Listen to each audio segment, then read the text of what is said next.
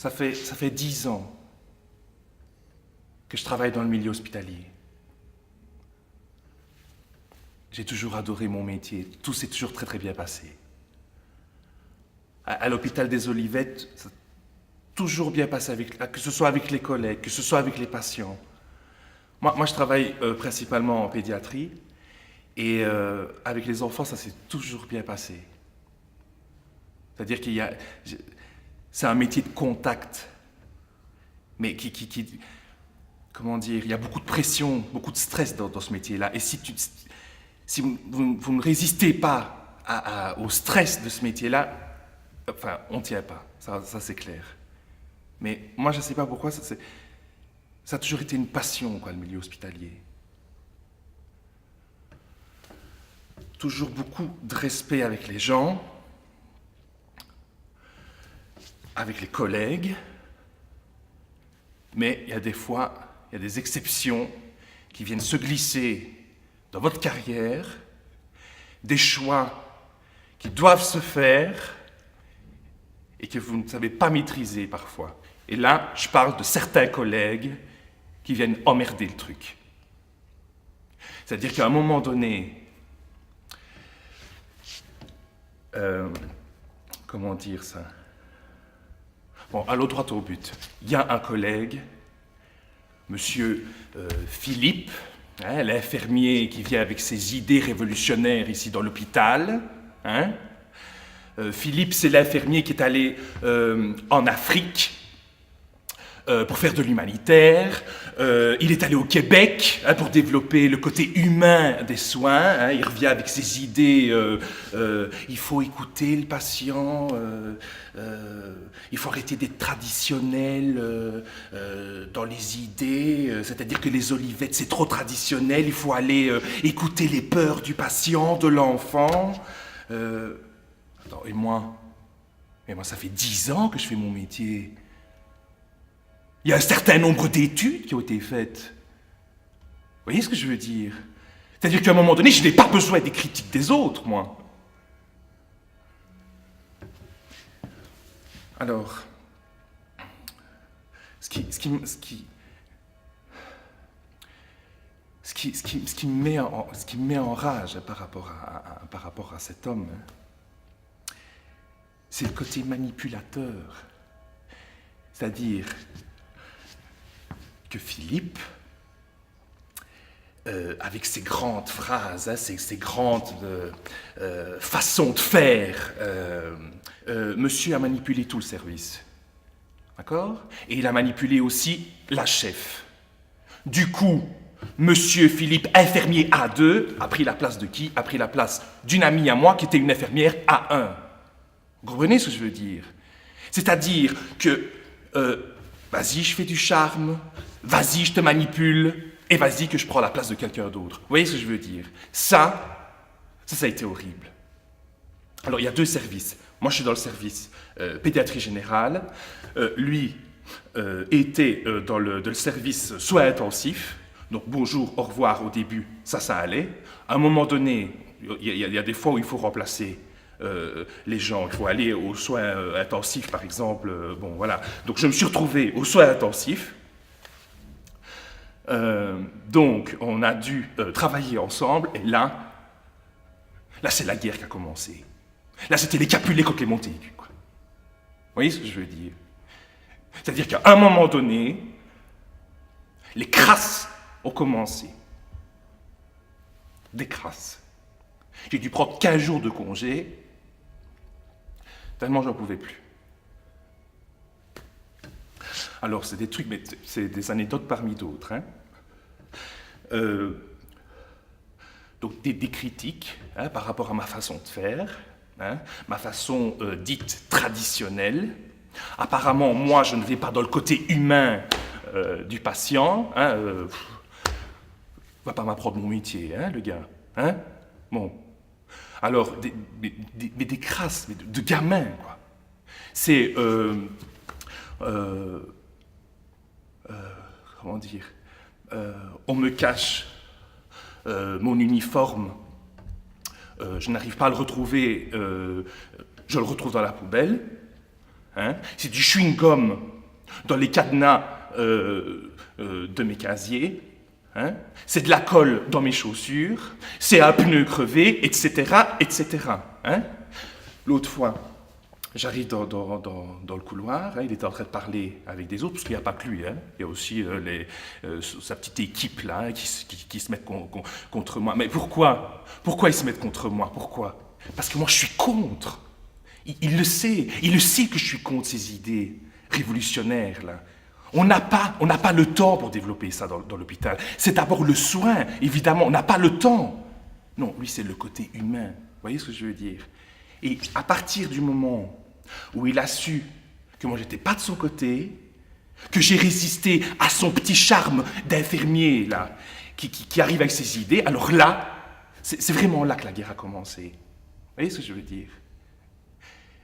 Et ça a gâché, mais tout. C'est-à-dire que relationnellement, que ce soit avec mes amis ou que ce soit avec ma femme, hein, parce que ma femme est infirmière aux urgences là pour les adultes. Qu'est-ce qu'il va raconter avec les autres? Il lance des rumeurs. Et il a lancé une rumeur qui m'a blessé. C'est-à-dire qu'il raconte dans tout l'hôpital que ma femme couche avec un des médecins. Hein? D'accord? Bon. Il va raconter aux autres que je ne suis pas compétent. Alors que c'est lui qui est incompétent. D'accord? Bon.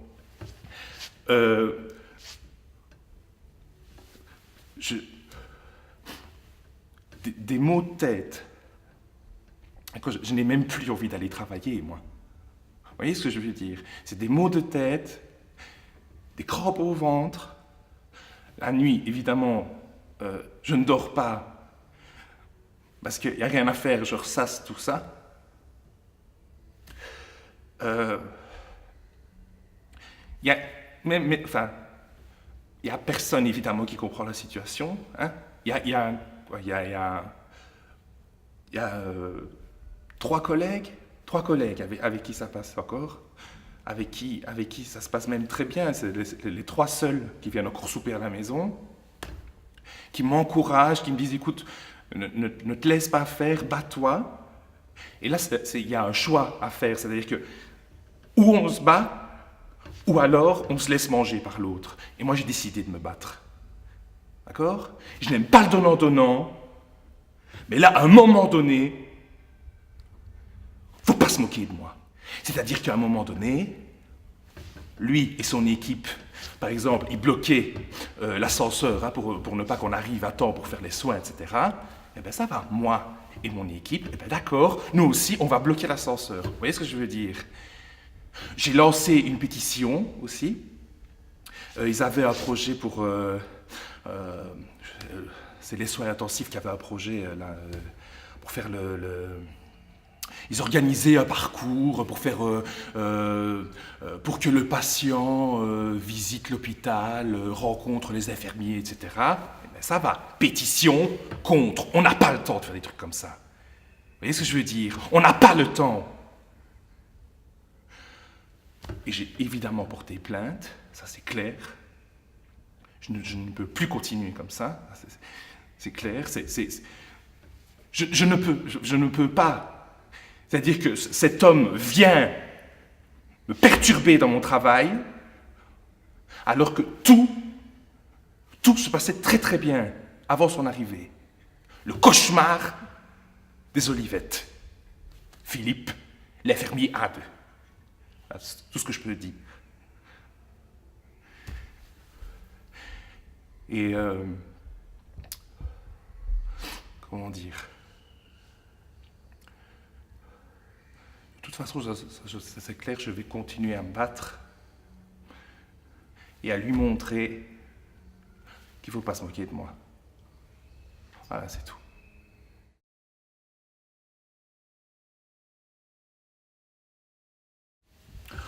Bah, en ce qui concerne donc mon service, hein, mes collègues, c'est un peu mitigé. C'est-à-dire que d'un côté, bon, vous avez les collègues qui réclament, soi-disant, parce que celui-là est le chouchou de la chef, parce que lui c'était un A2, il a pris la place d'un A1, etc. Ils réclament, mais bon, ils font rien. D'accord? Ça, c'est d'abord une chose.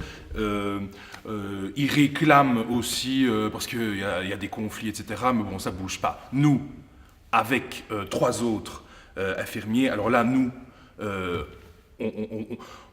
on se bat plus. Enfin, on ose dire les choses, quoi. C'est ça. Et comment dire, on partage les mêmes idées, quoi, par rapport à l'autre équipe, l'équipe des soins intensifs et l'équipe de Philippe, avec cette idée-là d'humanisation. Enfin, on est tous les 4 d'accord pour dire que il n'y a pas assez de gens. Enfin, il n'y a pas assez de gens pour pouvoir se permettre de développer le truc là, le projet d'humanisation, s'occuper plus du patient, c'est-à-dire faire visiter l'hôpital à l'enfant avant qu'il ne soit hospitalisé, etc. Mais évidemment que c'est une bonne idée.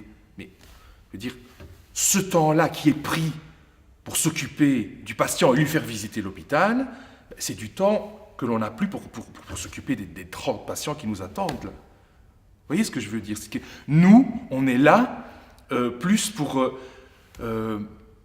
comment dire, pour privilégier les soins, quoi. Les soins des 30 patients qui sont là. Eux, ils ont besoin de nous. Alors, si vous voulez faire visiter l'hôpital à un enfant, ok, alors vous engagez des gens. C'est ça. C'est ça qui nous dérange. On dit qu'on est contre le côté humanisation. Enfin, je veux dire, on ne va pas non plus être pris pour ce qu'on n'est pas. Ça n'a rien à voir. Nous, c'est une question de soins, c'est tout. Alors, évidemment...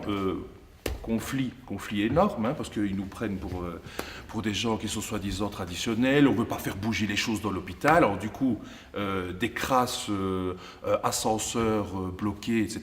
Bon, évidemment, l'équipe des soins intensifs, ils bloquent l'ascenseur, ben, nous aussi. C'est-à-dire que les 3 infirmiers avec qui je m'entends bien et moi, ça nous est déjà arrivé aussi de bloquer l'ascenseur. Vous appelez ça un jeu? Eh bien d'accord, on va jouer. Voilà. Vous bloquez l'ascenseur, eh ben ça va. C'est le jeu des olivettes, eh ben ça va, nous on joue aussi. Ah oui, c'est ça.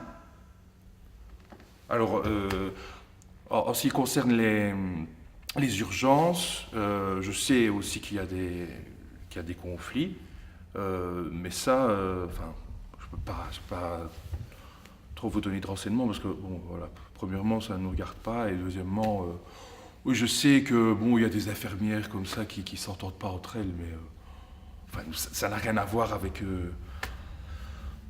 notre histoire, quoi. Voilà.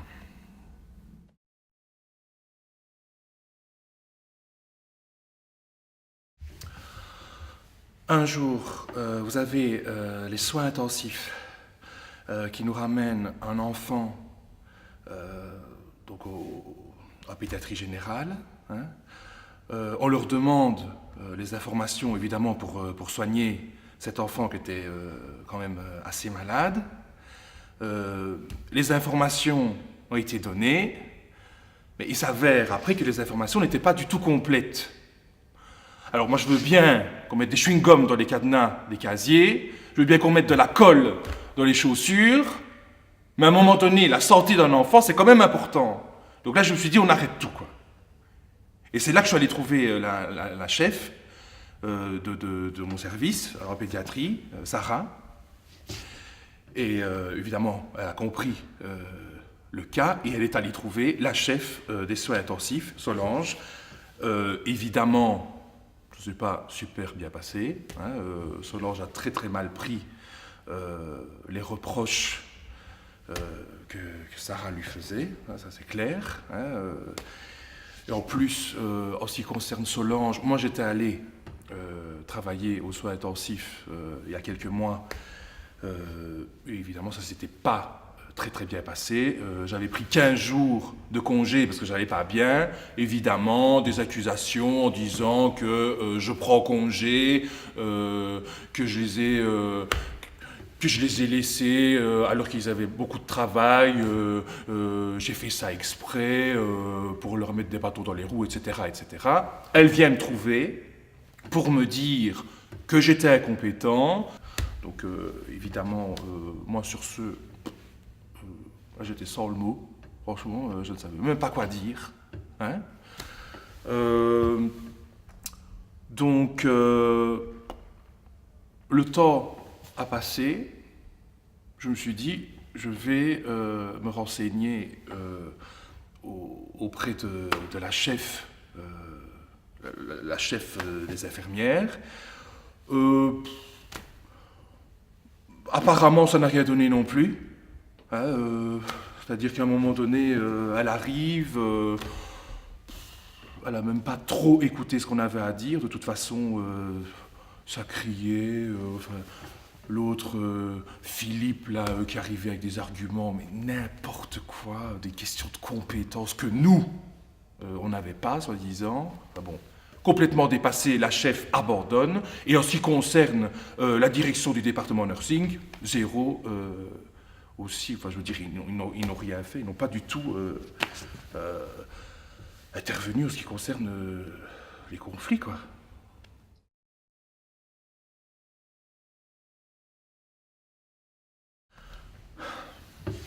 Dans le milieu hospitalier, ça évolue tout le temps. Il y a beaucoup de choses qui changent. Par exemple, moi, à l'hôpital des Olivettes, enfin, ça a beaucoup changé, ça a beaucoup évolué. Par exemple, depuis un certain temps, ils ont fusionné avec d'autres hôpitaux. Et en fait, ce qu'on demande maintenant aux hôpitaux, c'est d'avoir une spécificité, quoi. Par exemple, il y a des hôpitaux qui vont se spécialiser dans la cardiologie, etc. Nous, les Olivettes, c'est plus, c'est plus l'enfance qui a été vraiment mise en avant, quoi. C'est vraiment pédiatrie.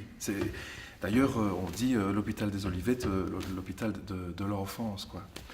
Et ça, c'est en ce qui concerne la fusion, mais il y a aussi beaucoup de choses qui ont évolué. Par exemple, par rapport au personnel.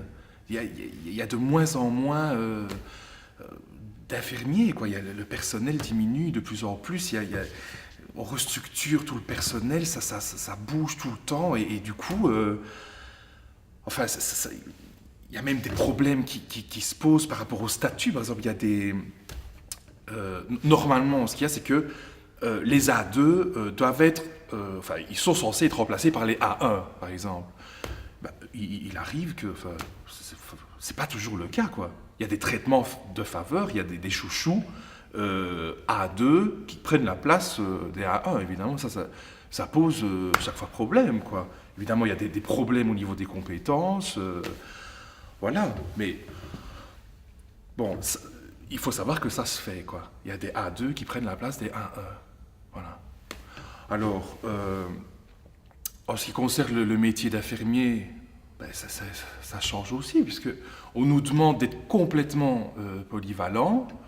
On doit pouvoir travailler en hôpital de jour, aux urgences, services pédiatriques, soins intensifs. Hein, par exemple, moi, bon, c'est clair que la majorité du temps, je suis en pédiatrie générale, mais bon, là, il y a quelques mois, j'ai dû aller pendant 2 mois aux soins intensifs, par exemple, parce qu'il manquait des gens aux soins intensifs, donc du coup, pour une durée plus ou moins courte, on vous demande d'aller remplacer, enfin, d'aller combler le manque, quoi. Voilà, c'est ça.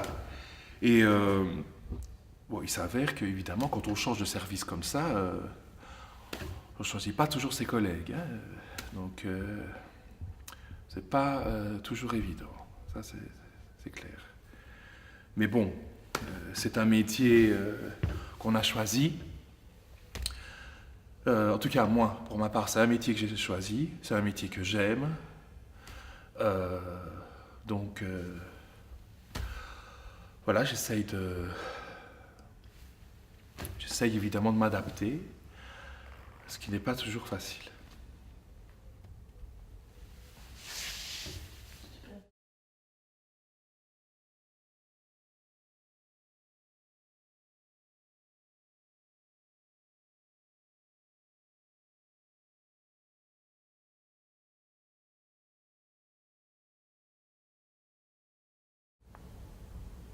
Je m'appelle Carole. Je vais bientôt avoir 30 ans. Je suis professeure de latin. J'ai fait mes études secondaires à l'ARA, l'Athénée Royal des Ardennes. Je suis sortie en 94. Directement après l'Areto, j'ai entamé des études de philologie classique. Des études brillantes où je suis sortie avec une grande distinction. J'ai passé l'agrégation et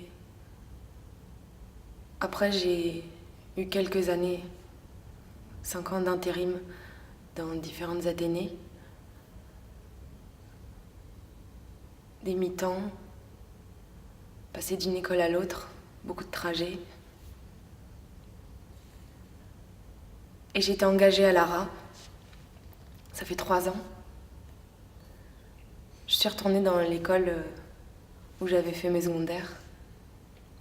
J'ai retrouvé mon professeur de latin, Monsieur Roux.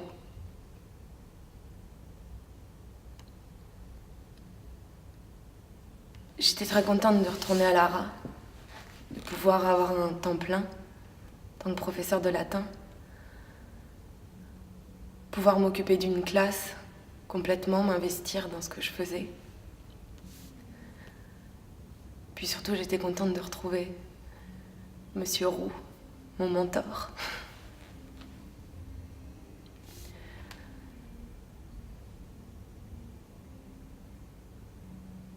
C'est quelqu'un de passionné, Il adore l'enseignement, il y consacre sa vie.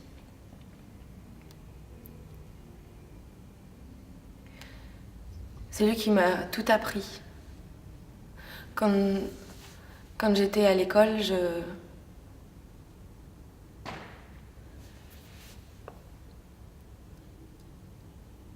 c'est lui qui m'a donné la passion des langues anciennes, qui m'a aidée à m'extérioriser. Ou en tout cas, à avoir plus confiance en moi.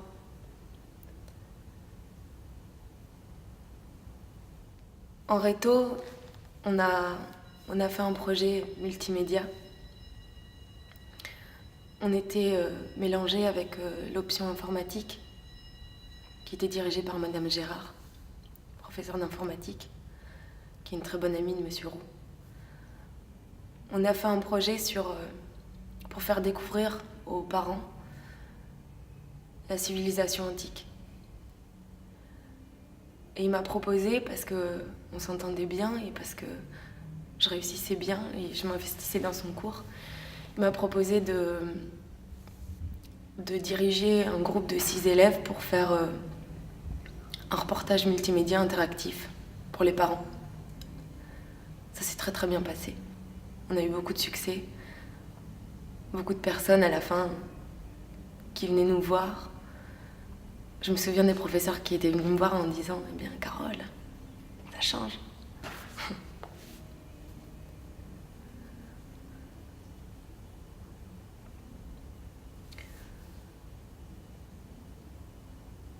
Ça fait 2 ans que je suis divorcée. J'ai eu un enfant.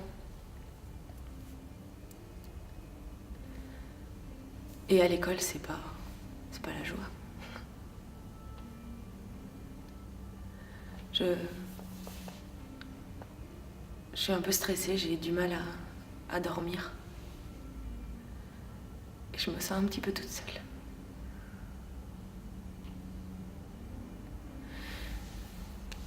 Quand je suis rentrée à l'ARA il y a 3 ans, Monsieur Roux était hyper content de me voir. Il m'a accueillie très chaleureusement en disant « Carole, nous allons faire de grandes choses ensemble. » J'y croyais. J'étais très motivée. Ça faisait 2 ans que j'étais mariée à François. Tout se passait bien. Et en plus, rentrer dans cette école, pouvoir encore apprendre de Monsieur Roux et lui prouver que j'étais aussi capable que lui de faire des grandes choses. On a Il m'a proposé de faire un projet sur l'affaire Catilina et les discours de Cicéron. Donc, de faire un dossier sur la politique à l'époque de Cicéron. À première vue, c'est pas le sujet qui me passionne le plus.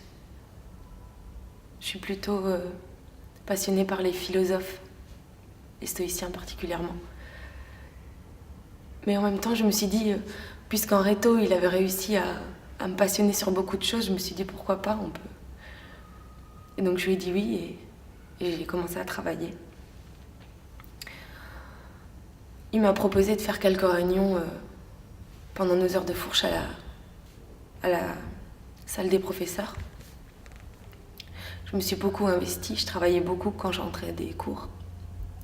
Ensuite, il nous a invités quelques fois avec François, chez lui, à sa maison. Déjà là, François en avait un peu marre parce que il trouvait que je passais trop de temps dans les cours à préparer justement ce dossier, que je m'occupais plus de nous.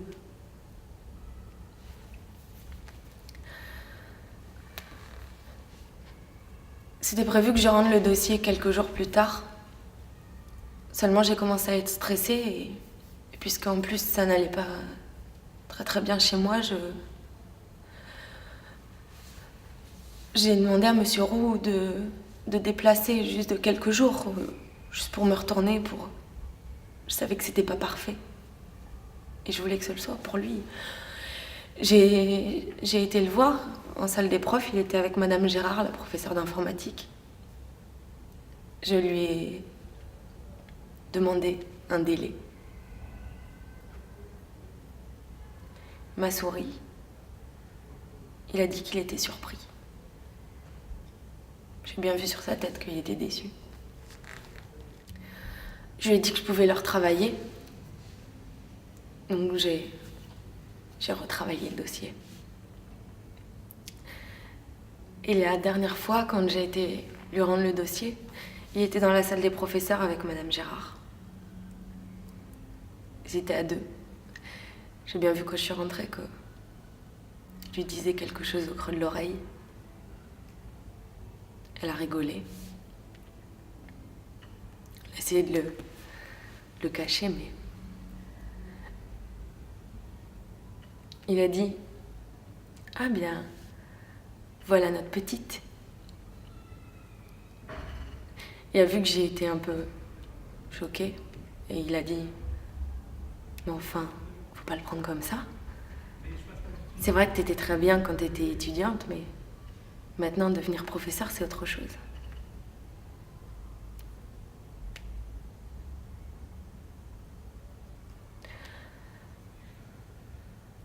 Je lui ai demandé si on pouvait pas travailler sur autre chose, quelque chose qui peut-être me motiverait plus et du coup, je serais plus efficace.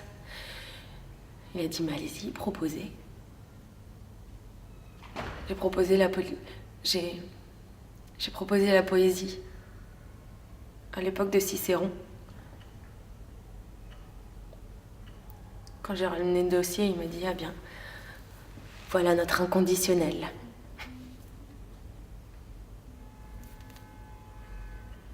J'ai arrêté de travailler pour lui. Je lui ai dit que je pouvais pas continuer comme ça et j'ai laissé tomber.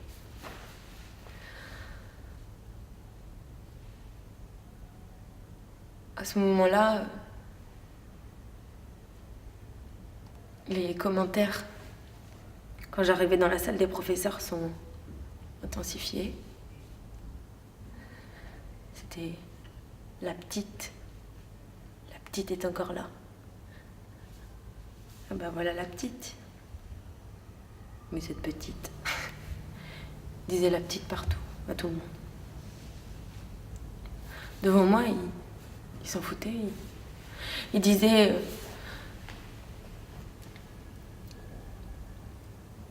il avait pas peur de me ridiculiser devant les autres, mais toujours en étant gentil. Genre, le père. paternaliste, protectionniste. C'est pas méchant, hein, ma petite. Avec Madame Gérard, ils arrêtaient pas de rigoler. Un jour, j'en avais marre et j'ai été le voir. Je lui ai dit que j'en pouvais plus, qu'il fallait qu'il arrête de me traiter comme ça devant les autres. Que je trouvais ça vraiment ridicule de se comporter comme ça. Que j'avais l'impression en plus que c'était rien pour... C'était rien que pour draguer sa collègue. À partir de là, c'était de pire en pire. Il se gênait plus. Au conseil de classe, dès que je devais prendre la parole et parler d'un élève ou donner mon avis, soit il me coupait directement, et c'était lui qui enchaînait, soit, à la fin de ce que j'avais à dire, il reprenait tout ce que j'avais dit et démontrait que c'était complètement faux. J'avais plus aucune crédibilité face aux autres.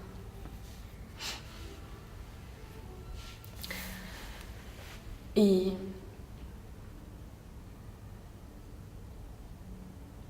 en journée pédagogique, c'était encore pire parce que quand les autres professeurs de latin d'autres écoles venaient, là j'avais vraiment l'impression d'être ridicule.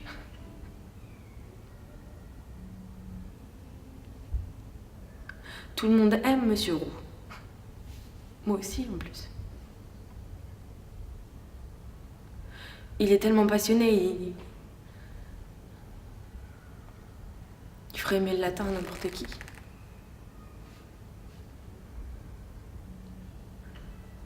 Mais là, j'en peux plus.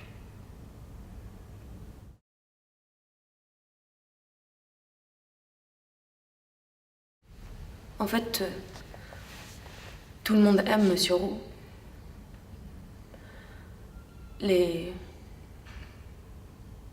Nos collègues sont tous d'accord pour dire que c'est quelqu'un de passionné, quelqu'un qui s'engage à fond dans l'enseignement,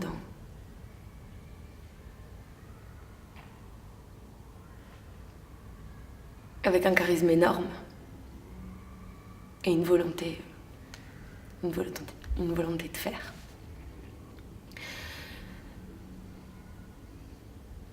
En plus, il est très très bien vu de tout le monde parce que c'est un des professeurs les plus engagés dans l'école. C'est lui qui est à la tête de bon nombre de projets, notamment son projet avec Madame Gérard au niveau de l'informatique, le projet interactif sur l'Antiquité qu'il fait depuis 5 ans avec ses élèves pour montrer aux professeurs et aux parents. En plus, il organise des voyages à Rome, dans la Provence romaine, à Pompéi. Du coup, tout le monde reconnaît l'efficacité de Monsieur Roux. En même temps, beaucoup savent aussi que, puisqu'il est comme ça tellement engagé, des fois il force un peu aussi les élèves à être aussi engagés que lui. Il demande peut-être un peu trop, parfois. Travailler à 200%. Être brillant pour gagner les concours de version. Moi aussi, j'ai été comme ça quand j'étais en réto avec lui. Il y en a qui trouvent ça dangereux. Un peu trop manipulateur à leur goût. On s'en rend pas compte quand on est avec lui. On a juste envie de faire tout ce qu'on peut pour qu'il nous reconnaisse, pour qu'il...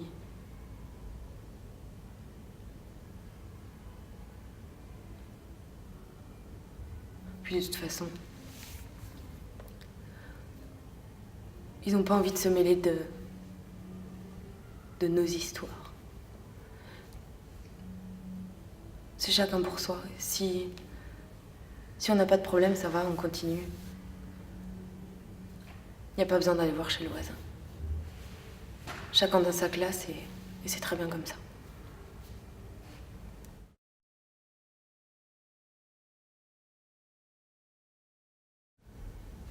Après quelque temps, j'ai été voir Monsieur Razir, le préfet. J'en pouvais plus. Je me suis dit que peut-être que si le préfet allait parler à Monsieur Roux, peut-être qu'il comprendrait un peu plus. En tout cas, peut-être qu'il se calmerait un peu. Je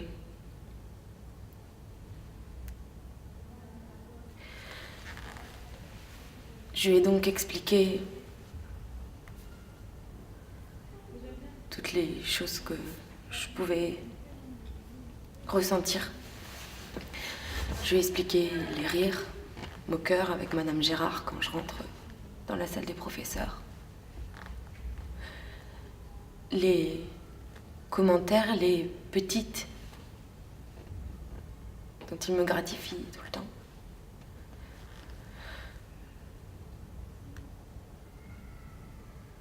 À chaque fois quand il me coupe la parole en conseil de classe ou en réunion pédagogique,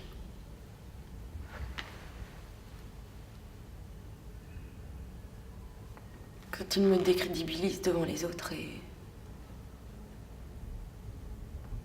à chaque fois quand je suis rejetée, mais Monsieur Razir n'avait pas l'air de très bien comprendre.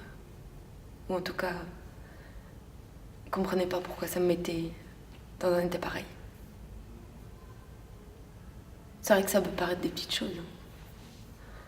Moi aussi, si on m'avait raconté ça, j'aurais trouvé ça peut-être ridicule. Mais là, il m'a juste dit... Vous savez, Madame Laforge, Monsieur Roux est quelqu'un de très passionné. Il fait beaucoup de publicité pour notre école et il organise tellement de choses pour les élèves.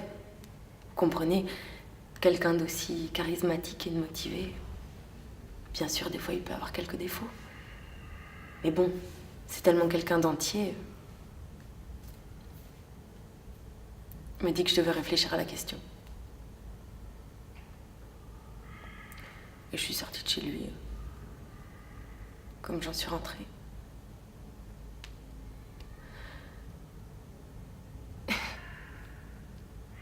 Et en plus, tellement amie avec Monsieur Roux qu'il a été lui raconter que j'étais venue me plaindre. Et ça s'est encore intensifié. Maintenant, la salle des profs, je n'y rentre même plus.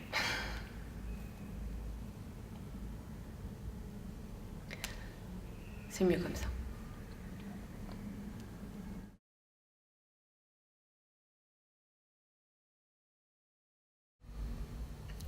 Je suis la fille aînée d'une famille de 3 enfants. J'ai 2 petits frères qui, eux, n'ont jamais fait d'études. Mon père était ingénieur et ma mère était mère au foyer. Ils ont toujours été... En tout cas, lui, il a toujours été très exigeant avec moi. Il a toujours voulu que je sois la meilleure. Il a toujours eu de grandes ambitions pour sa fille. Sa fille, son bijou, comme il disait.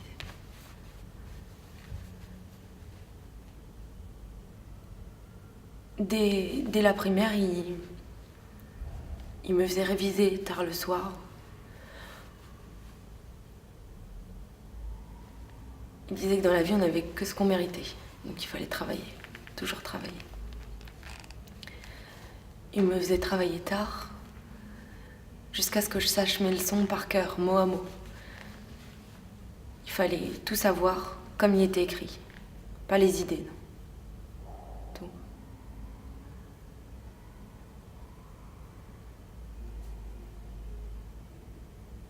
Il voulait que je devienne ingénieure. comme lui, comme papa.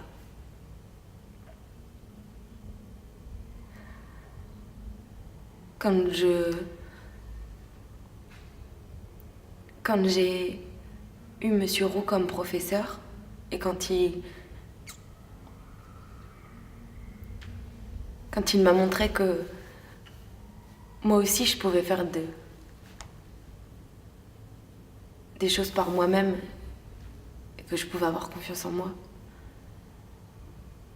je me suis dit que c'était ça que je voulais faire de ma vie. Mon père a été assez déçu.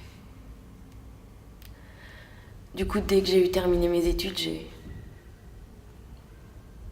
j'ai voulu partir de la maison et j'ai emménagé avec mon copain de l'époque, François.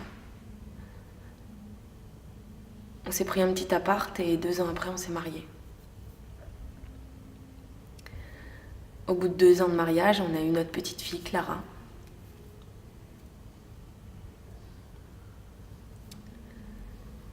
Et le jour de ces 2 ans et demi, on a divorcé.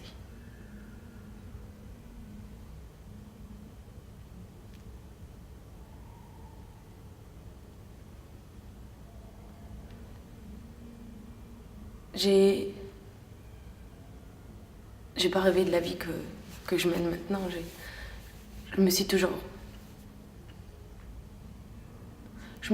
vue avancer, avoir une belle famille, un beau métier.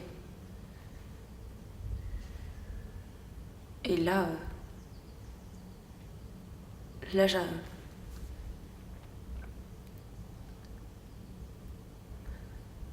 j'ai toujours voulu bien faire.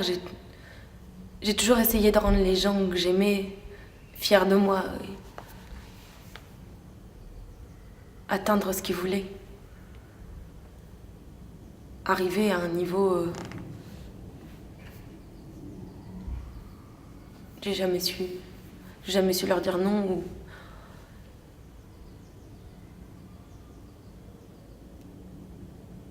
Et maintenant...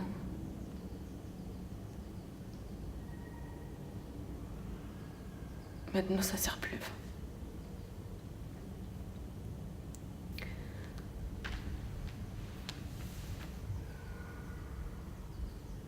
Il faudrait que j'avance par moi-même et que maintenant je prenne confiance en moi et que je fasse ça pour moi une fois, mais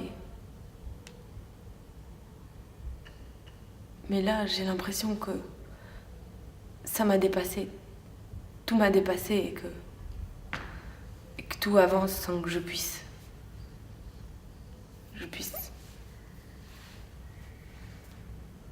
arrêter quoi que ce soit.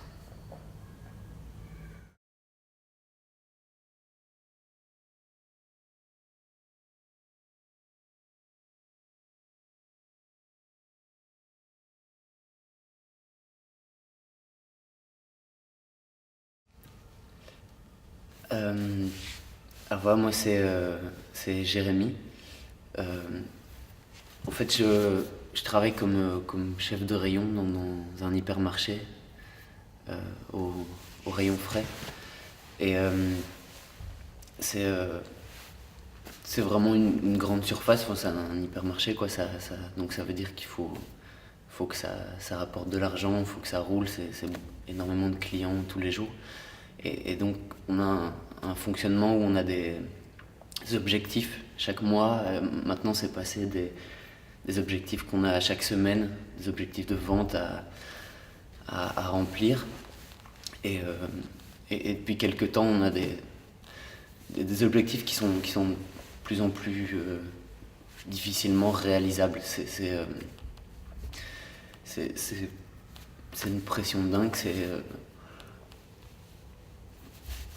c'est pas possible à réaliser, quoi. C'est tout, c'est des choses, ça dépend pas de moi, ça dépend pas des gens avec qui je travaille, ça dépend pas des collègues, c'est des choses qu'on nous impose comme ça. Et désolé, je vais peut-être essayer de commencer un peu par le début. Là c'est un peu confus. Alors en fait, Voilà, en fait, à la base, j'ai pas commencé par travailler dans les hypermarchés. J'étais d'abord, enfin, j'ai commencé des études. J'avais commencé du droit parce que voilà, j'ai un père avocat, je savais pas trop quoi faire et lui il voulait que je trouve, enfin, le classique coup des parents, le métier de la sécurité, de l'emploi et tout ça. Et ça m'a pas excessivement plu. Enfin, donc j'ai complètement foiré mon année. Donc j'ai proposé de réessayer une année. J'ai essayé sociologie en me disant voilà, ça m'intéresse et tout ça. C'était pas trop ça non plus. Et mes parents ont commencé à me mettre un peu la pression aussi, parce que je les comprends, ça coûte cher et c'est dur d'avoir un boulot à côté de l'université pour les aider financièrement. Et dans le fond, moi ce que j'aime beaucoup, c'est le dessin. Et donc un jour, je me suis dit, je vais essayer de trouver un taf de journée et suivre les beaux-arts le soir en illustration.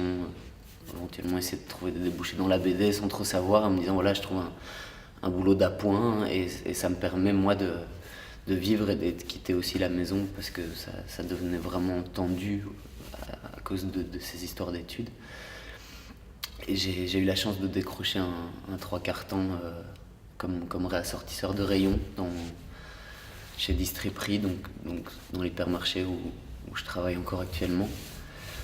Et moi, ça me plaisait plutôt bien parce que c'était un métier. Enfin voilà, ça permettait de bouger pas mal. Il fallait à chaque fois aller à la réserve, placer les trucs dans les rayons et ça permet d'être un peu créatif aussi parce que moi je sentais bien qu'il y avait un truc de rendre les choses attrayantes et voilà. J'ai eu pas mal de compliments très vite parce qu'on me disait ouais, c'est bien, t'es créatif, la manière dont tu disposes les trucs, ça peut paraître bête mais ça faisait vendre. Moi je m'en rendais pas trop compte et ça marchait plutôt bien. Puis je me suis pas mal investi dedans et parce que j'aime bien faire les choses à fond et par exemple il y a eu des périodes comme les périodes de Noël qui sont particulièrement stressantes dans tout ce qui est grande surface où j'ai bossé 15 jours d'affilée parce qu'il manquait des gens et je me suis proposé. Et donc, au niveau de mes responsables et tout ça, ils étaient très, très fiers de moi, ils étaient contents du travail que je fournissais. Et ils en sont arrivés à me proposer de prendre un plein temps comme responsable de rayon, comme chef de rayon. Moi, au début, je savais pas trop, puis en fait, je trouvais ça pas mal parce que de toute façon, j'avais déjà commencé à empiéter sur mes cours du soir, à bosser plus. Je me suis dit pourquoi pas, ils croyaient en moi et ils me l'ont dit clairement, quoi, en me disant t'étais quelqu'un de combatif, de courageux. On sent que toi, tu peux arriver à quelque chose, quoi. T'as de l'avenir si t'as ce qu'il faut pour te faire une belle carrière.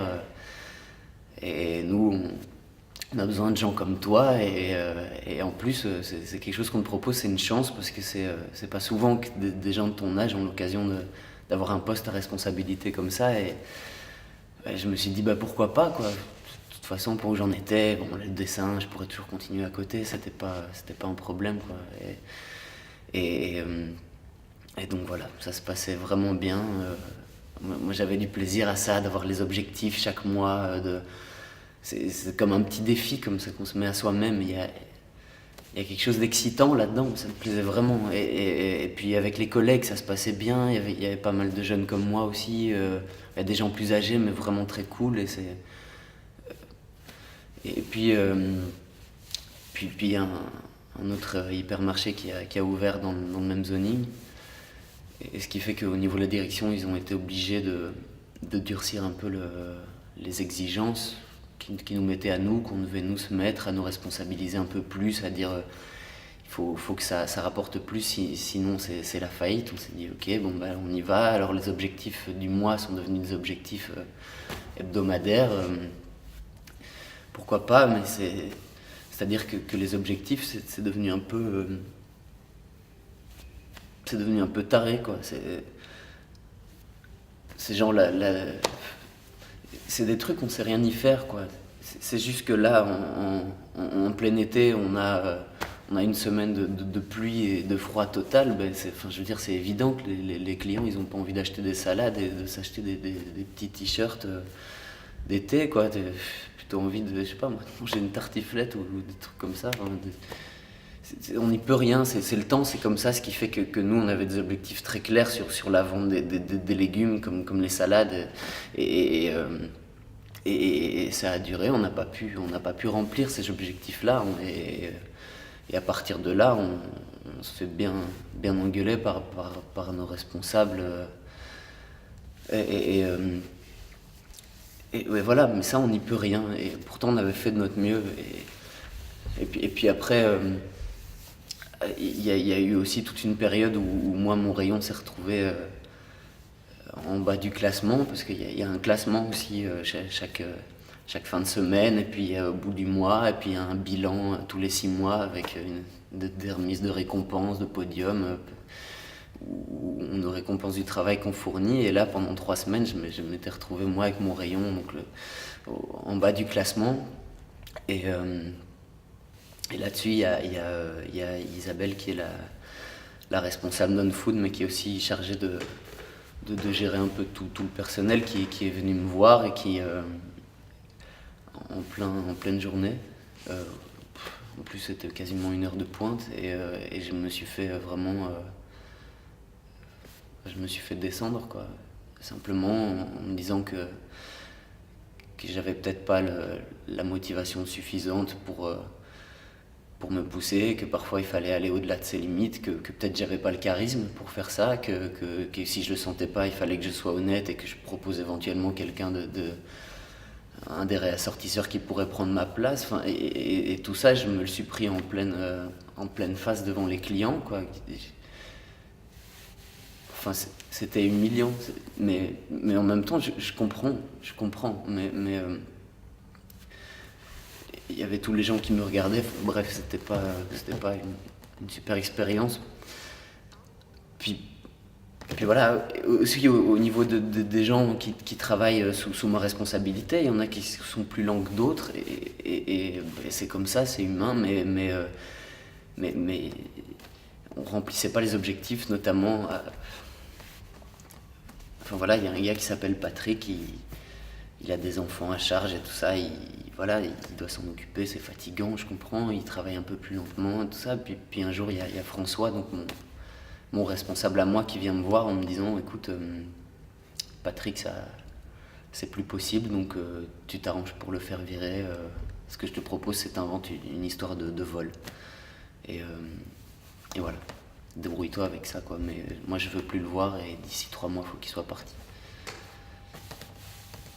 Moi, je pouvais pas faire ça, surtout que c'est quelqu'un que j'apprécie. Je sais qu'il a pas une vie facile, qu'il a besoin d'argent. Je crois qu'il a 2 enfants, et il y en a un 3e en préparation. Je veux dire, c'est pas possible, quoi. Moi, je pouvais pas faire ça. Je lui ai dit, je l'ai dit à François, je lui ai dit, écoute, non, moi, je peux pas faire ce genre de truc. Et il m'a appelé, il m'a fait venir dans son bureau, il m'a remis mon contrat sous le nez, il m'a dit, je sais pas si tu sais lire, mais là il est écrit que tu es censé répondre à toutes les demandes que ton supérieur hiérarchique te fait. Alors remplis ton contrat ou tire-toi. J'ai fait non, écoute, ça je peux pas. Je lui ai expliqué les raisons. Il a dit ok, c'est bon, je comprends, ok. Et le lendemain, Isabelle et lui débarquent, viennent me voir et me disent de manière très simple, écoute, pour demain, tu nous fais un inventaire de tout le rayon frais. Je sais pas si vous imaginez ce que c'est, mais je veux dire, c'est les fruits et légumes, c'est les pains, c'est la viande, enfin c'est tout ce qui n'est pas en boîte et qui ne se porte pas sur le dos, quoi. C'est énorme. Et je veux dire, un inventaire comme ça, c'est pas faisable, quoi. C'est un boulot, ça veut dire, je sais pas, moi, passer jusqu'à 5h du mat dans le magasin à faire des listes, à tout inventorier. C'était pour le lendemain. On prévoit 1 semaine à l'avance, mais ils me disent non, c'est urgent, c'est comme ça, c'est un ordre de la direction.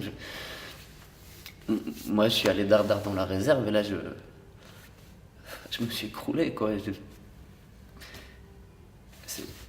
C'était le craquage total.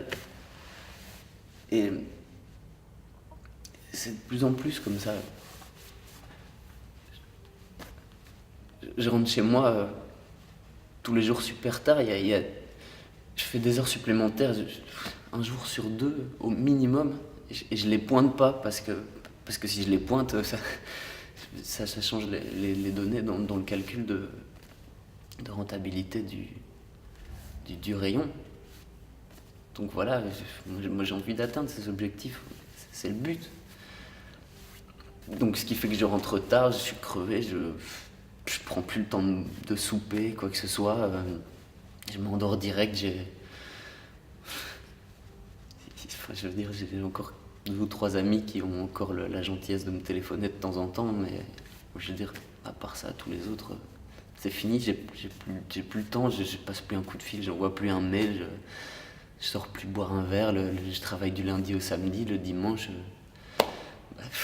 je suis crevé, je passe la journée, au pire je suis réveillé, je regarde la télé,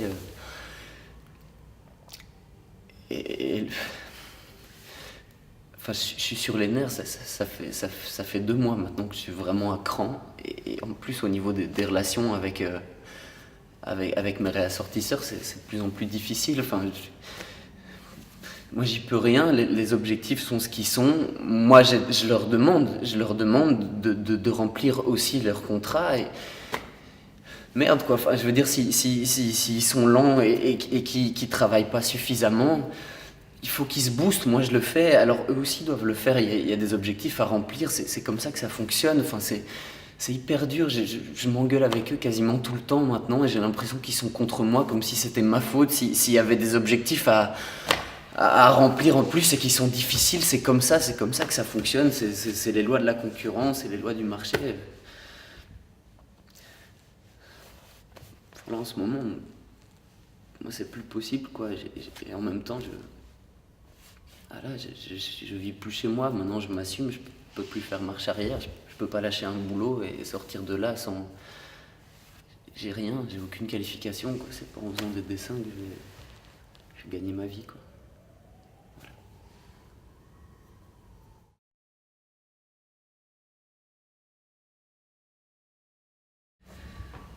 Bah, pour ce qui est des collègues plus ou moins proches, quoi, il y a notamment Hélène qui, elle est aussi chef de rayon, mais dans le non-food. Et bah, c'est pas compliqué, ça fait 1 mois qu'elle est en congé maladie pour dépression. Et bon, je l'ai encore de temps en temps au téléphone parce que c'est quelqu'un avec qui on a plus ou moins le même âge, on a eu l'occasion donc de faire nos journées de formation ensemble, et donc on s'entend bien, mais je l'ai eu au téléphone quelques fois, et le problème c'est elle va être mère dans pas longtemps, et c'est hyper difficile quoi. Elle a envie de quitter ce travail parce que c'est pas possible, surtout que c'est super malsain, je crois, pour une grossesse d'être en dépression, c'est pas vraiment l'idéal quoi. Et elle fait ce qu'elle peut pour quitter le boulot quoi. Ça y est, elle a pris sa décision, mais bon, faut encore voir comment ça se passe, si elle arrive à retrouver quelque chose à côté, parce qu'elle peut pas se permettre avec l'enfant qui arrive de plus avoir de revenus. Puis j'ai aussi un autre collègue qui lui, il a le même poste que moi aussi dans le food, il s'occupe de tout ce qui est pas rayon frais. Et c'est déjà quelqu'un de plus âgé, il s'appelle Jean, il est... lui il approche doucement de la cinquantaine, et voilà, ici il a eu le malheur de prendre 15 jours de congé parce qu'il avait des problèmes au lombaire, et il avait extrêmement mal au dos. Enfin, je dirais, il pouvait plus tenir, il avait vraiment besoin de repos. C'est son médecin qui lui a dit. Et depuis qu'il est revenu, il lui fout la vie dure à mort, quoi. C'est exagéré, lui mettre vraiment la pression, quoi. Il n'y a pas un jour où il se fait pas engueuler, une fois le matin, une fois en début d'après-midi et en fin de journée, quoi. Ils lui mettent la pression à fond. Et je crois que c'est clair, quoi. C'est parce qu'ils sentent que c'est quelqu'un qui devient âgé et qu'ils ont envie de le foutre dehors, et qu'ils ont envie de lui mener la vie dure pour que limite ce soit lui qui décide de partir, quoi. Enfin bref, mais c'est que c'est pas évident, quoi. Et moi j'ai beaucoup de respect pour lui parce qu'il s'en prend vraiment plein la gueule, quoi. Et pourtant, il tient le coup. Après, je sais pas si c'est l'âge ou quoi qui lui permet de poser un peu plus les choses. C'est dur parce que moi, c'est quelqu'un que j'apprécie vraiment beaucoup. C'est un peu quelqu'un qui m'a pris comme ça gentiment sous son aile. Enfin, c'est un type foncièrement gentil, quoi. Et c'est super malhonnête de lui faire ça, surtout avec quelqu'un comme ça, quoi. Parce qu'avec les clients, il est toujours là. Et puis, pour ce qui est des autres collègues, je les connais moins, mais les autres chefs de rayon, il y en a, je sais pas comment ils font. Ils ont la même pression que moi. Ils ont aussi ces objectifs-là à atteindre, et il y en a, ils ont aucun problème à prendre des mesures strictes et sévères, et ils n'ont pas peur d'engueuler leurs employés. Et ça n'a pas l'air de les faire souffrir plus que ça. Je sais pas, c'est soit qu'ils sont complètement insensibles, soit c'est simplement de la force de caractère. J'en sais rien, mais il y en a, je sais pas si c'est épatant ou si c'est un peu affligeant, mais il y en a, ils y arrivent très bien, quoi. Il y en a, ils le vivent très bien. Mais c'est pas le cas de tout le monde, je sais.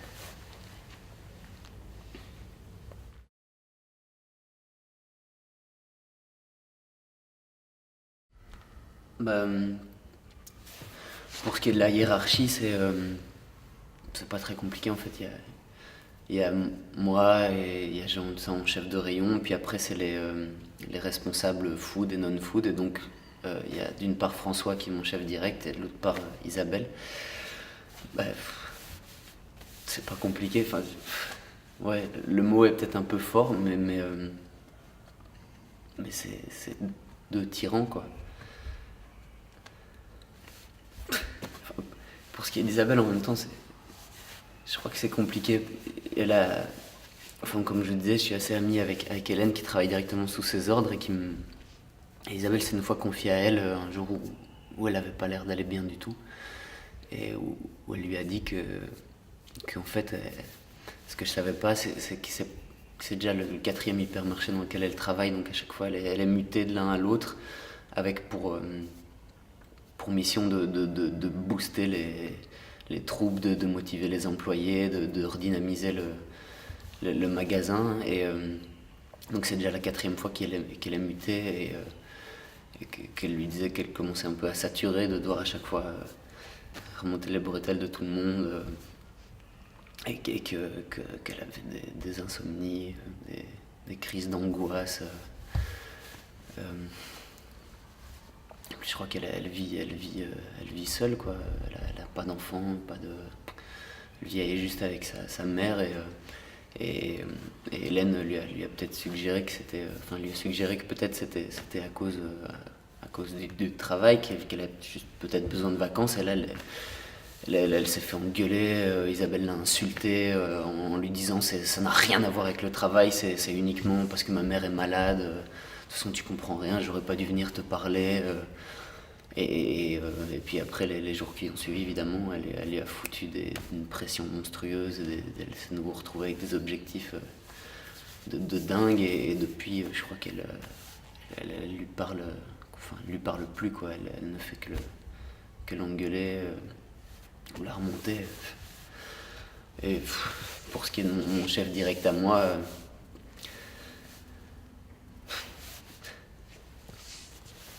c'est compliqué aussi.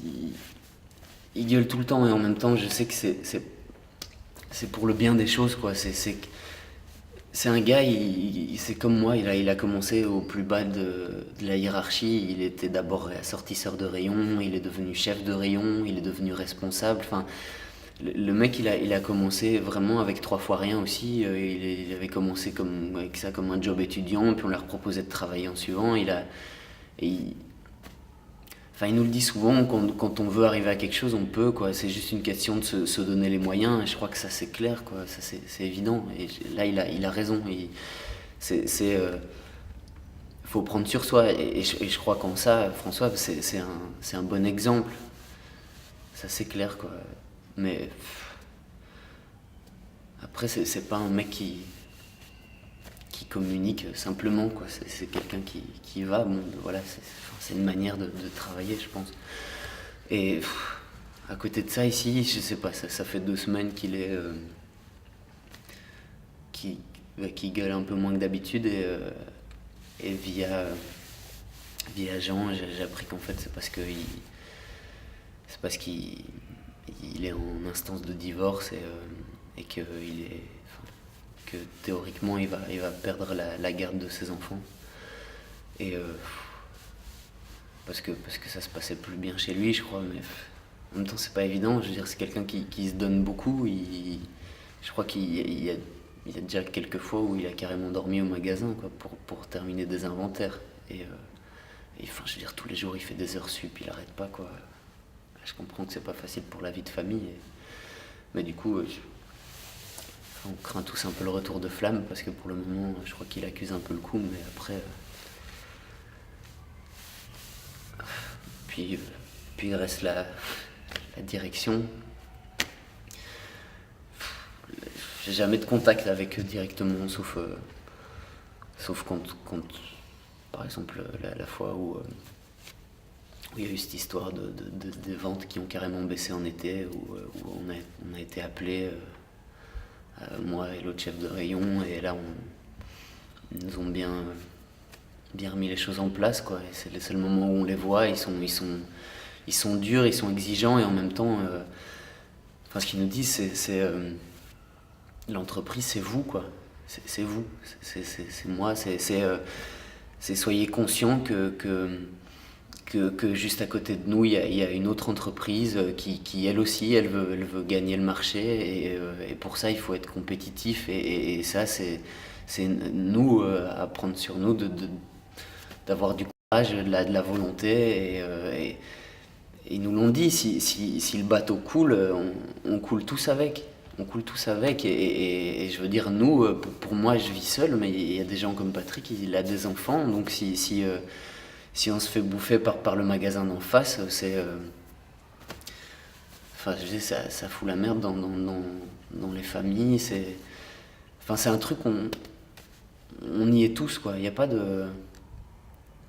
Enfin, on est tous responsables de ça, et ça, ils nous l'ont répété, et ils m'ont dit, c'est à toi, toi, ton rôle, c'est motiver tes troupes, faut toujours donner le meilleur de soi-même,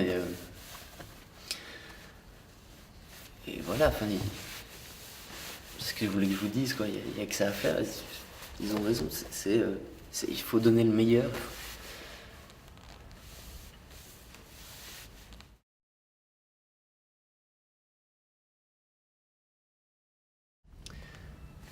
Bon, en fait, faut savoir que enfin, ça fait juste quelques années que Distriprix a racheté le supermarché dans lequel je travaille, et bon, moi j'ai pas connu cette période-là. Et avant ça, il n'y avait pas... parce que je discutais avec des anciens qui ont travaillé dans les deux et qui disaient qu'avant, bah, effectivement, il n'y avait pas tout ce système de tableaux comparatifs, d'objectifs de vente à remplir. Il n'y avait pas les podiums et les remises de récompenses tous les 6 mois. Enfin, tout ça, ça n'existait pas. C'est vraiment depuis que ça a été racheté. D'autant plus, ça s'est encore durci depuis qu'il y a l'autre magasin qui est venu s'installer sur le même zoning que le nôtre. Enfin, comme je disais, les objectifs mensuels sont devenus hebdomadaires. Enfin. Et puis, bah ouais, ce qu'on me disait aussi, c'est qu'avant, il n'y avait pas il y avait les chefs de rayon, il y avait les gens dans les bureaux, de ça, mais il n'y avait pas encore de... Enfin, s'il y avait des responsables globaux pour le food et le non-food, mais pas avec cette fonction de motivation ou de booster leurs employés. Enfin, ça n'arrivait pas avant, par exemple, enfin, comme j'avais eu la dernière fois, quoi, toute la journée était finie, on avait fini de tout ranger, et le problème, c'est que donc c'était le samedi soir, donc le dimanche c'est fermé, et le lundi il y avait les soldes qui commençaient, et donc il s'agissait de dégager, de faire de la place. Et nous, on avait tout préparé en fonction. Et on m'avait donné un plan avec, en me disant voilà, il y a ça, écoute, ça doit être disposé, tu dois libérer autant de place sur tel nombre de mètres carrés pour pouvoir me permettre de mettre juste, je sais plus ce que c'était, mais c'était surtout pour faire plus de place pour les vêtements. Et nous, on avait respecté ce truc-là, on était dans les horaires, et on était tous crevés, quoi, parce que la semaine avant la semaine des soldes, c'est crevant, mais celle d'avant, c'est aussi une sacrée préparation. Et là-dessus, il y a François et Isabelle qui débarquent en disant écoute, c'est pas possible, mais qu'est-ce que t'as foutu? On a la moitié de la place dont on avait besoin. Je dis mais non, j'ai respecté le plan. Ils me disent mais non, ça c'est pas le bon, c'est du tien celui-là. Je fais bah, ça fait 2 jours que vous me l'avez donné. Mais non, ça a changé, je te l'ai mis sur ton casier, pourquoi tu l'as pas pris? Enfin, moi j'étais pas censé le savoir, quoi. Donc ils me disent bah, écoute, tant pis, on recommence tout. Et ça veut dire qu'il y avait encore, on était à la moitié de l'espace dégagé, quoi. Ça fait des masses de trucs à déplacer, des tas de trucs à remettre dans la réserve. Enfin, c'était la folie. Et en même temps, je comprends, je veux dire, à lundi, voilà, à 9h, ça ouvre, tous les gens débarquent pour les soldes, il faut que... Mais on avait presque fini la journée, quoi. On était tous laminés et... on s'est fait engueuler, c'était vraiment ça te criait dans tous les sens. Allez, plus vite les gars, nous aussi on veut rentrer, dépêchez-vous, on n'a pas que ça à foutre. On va pas ici passer la nuit uniquement parce que vous n'êtes pas foutus d'aller relever les papiers qu'on vous met sur votre casier. Enfin...